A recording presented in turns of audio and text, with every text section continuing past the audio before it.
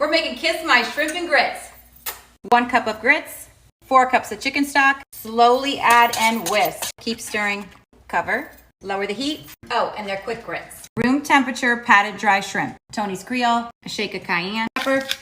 Toss it. Set it aside. Let it marinate. Saute bacon slowly so you render more fat. Chop 4 to 5 cloves. Boom. Half a shallot. Boom. Chop scallions. Boom. Chop a handful of parsley. Like that. Flip. Remove them.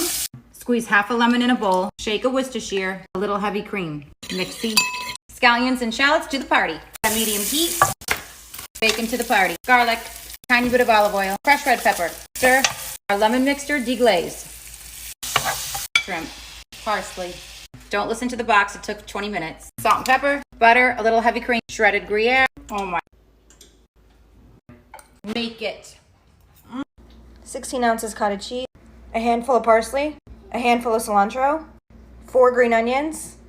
2 medium avocados. 1 jalapeno. 2 cloves of garlic. 2 to 3 tablespoons of lemon juice. A 1/3 cup olive oil. Tablespoon of salt. And a 1/2 tablespoon of pepper. Mix it! Best green goddess dip ever. Let's make stuffed cabbage. Wow. 1/2 cup of onion, 3 cloves of garlic, butter, onion. Cook your onions till they're translucent. Garlic. A whole can of peeled tomatoes. Make sure you smash up those tomatoes. Tablespoon of tomato paste. A splash of any vinegar you like.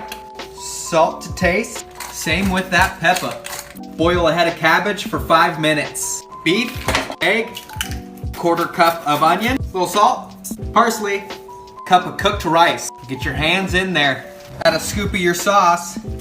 Cut off your stem. Place in your meat and roll her up.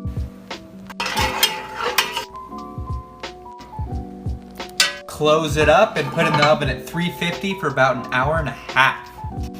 Cabbage is done.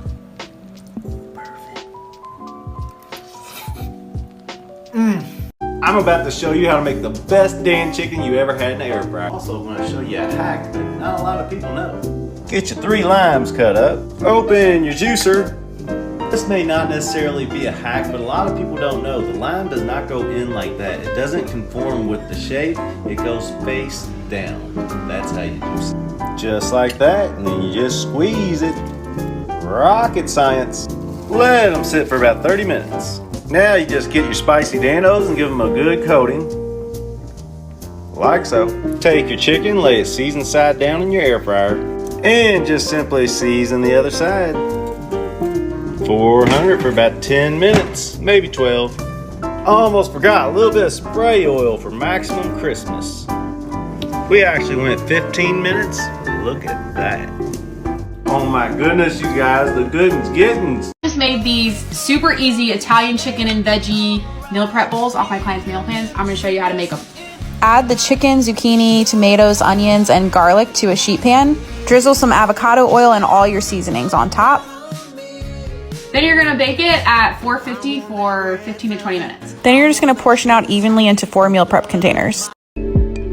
Cut your rice paper in half, and then cut it in half again. And cut it in half just 1 more time. We're just gonna deep fry this. For my sauce, I have Kewpie mayo, sriracha, and a bit of sugar. Add your salmon and masago if you have it. And this will be our topping. Add my spicy salmon and top with an avocado. Okay, you guys, I'm not gonna lie. Jack in the Box has the best jalapeno poppers, and I was craving them. But I was also craving pizza. So I decided to make this in my chalfo maker at probably 10 p.m. the other night, and it was so friggin' bomb. This one-pot dinner Chinese chicken rice is so easy. Hello. Wash your rice at least 3 times. We marinate the chicken with some cooking wine and salt. Give a little massage. First, we saute some ginger and green onions. Cut the mushrooms. The mushrooms makes this dish so fragrant. Now it's time for chicken to jump in. Then we add 2 tablespoons soy sauce and 1 tablespoon soybean paste. Drop in your rice, mix with all the ingredients. Then add water. Set the pot on rice for 12 minutes. Y'all, I found this absolutely genius recipe on TikTok the other day, and I had to try it. Go give Low Carb State of Mind a follow because she is a genius. These are basically low-carb stuffed sausages with some peppers, onions, mushrooms, some Italian seasoning, some balsamic. Oh, they're just so good. And just look at that melted cheese. Yum. I'm not keto, so mine was on a potato. So good. Let's make my much healthier 5-ingredient, 7-minute blueberry and blackberry jam. It is so good. Lasts in the fridge for weeks. Let's get started. In a pot on the stove on medium heat, add in 1 cup of blueberries and blackberries. You could use any berry. A nice squeeze of lemon and a tablespoon of maple syrup. Let it go for a minute and mash everything together once they're soft. Let it simmer for 5 minutes, and once it has simmered, add in a teaspoon of chia seeds. Take it off the heat, let it cool, store it in the fridge. Enjoy. We're making my favorite pasta. Hey everybody, let's make French onion grilled cheese sandwiches. First, caramelize your onions. Combine butter, onions, thyme, and garlic, season with salt and pepper, and then cook the absolute life out of them until they're glorious, golden brown, and super sticky. Butter both sides of the bread. Then top with those caramelized onions, some Gruyere cheese, smash another piece of bread down, and then toast until actual heaven appears in your kitchen. Grilled cheese sandwiches, best snack ever.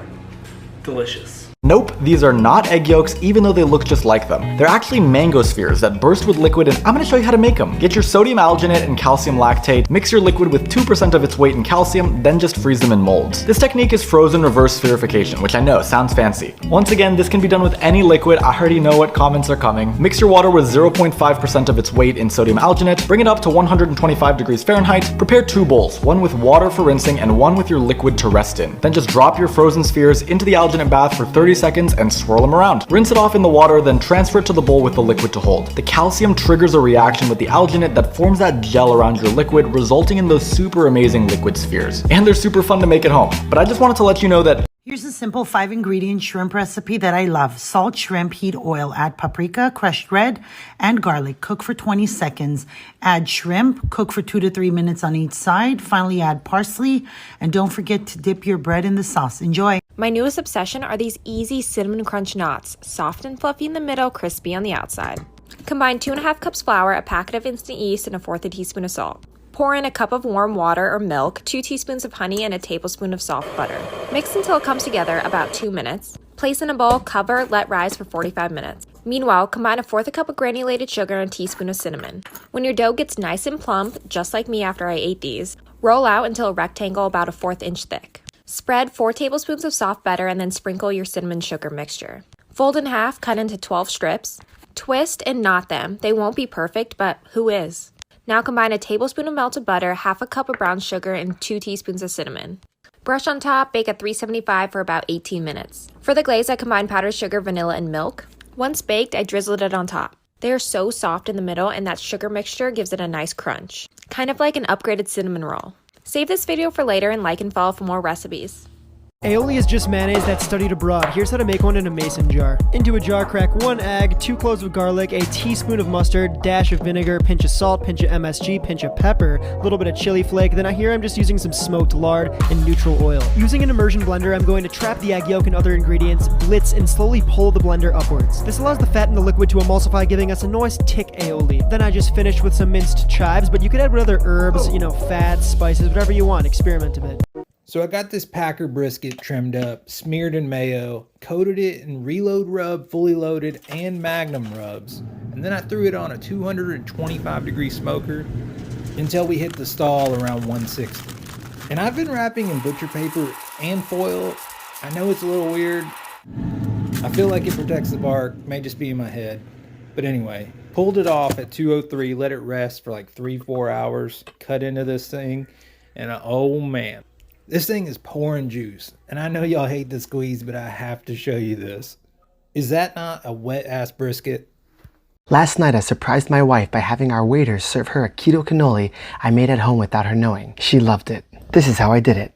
Microwave a plate of shredded cheese until golden brown on all sides. Carefully but quickly peel the cheese off the plate and mold into the shape of a cannoli shell. Next, microwave your favorite sugar-free chocolate at 10-second intervals until fully melted. Then dip one end of your cannoli shell in the chocolate and drizzle the remaining chocolate over the rest of the cannoli shell and refrigerate to cool. For the filling, combine high-quality ricotta cheese with a powdered sweetener, which you could buy or just make your own. Either way, after you sweeten your ricotta, add a generous helping of sugar-free chocolate chips, stuff the filling into a Ziploc bag, cut the corner off the bag, then use your makeshift pipette to stuff the cannoli. Dust with some of that powdered sweetener and there you have it. Delicious, decadent keto cannolis. For more ways to crush keto, subscribe to Keto Crush on YouTube.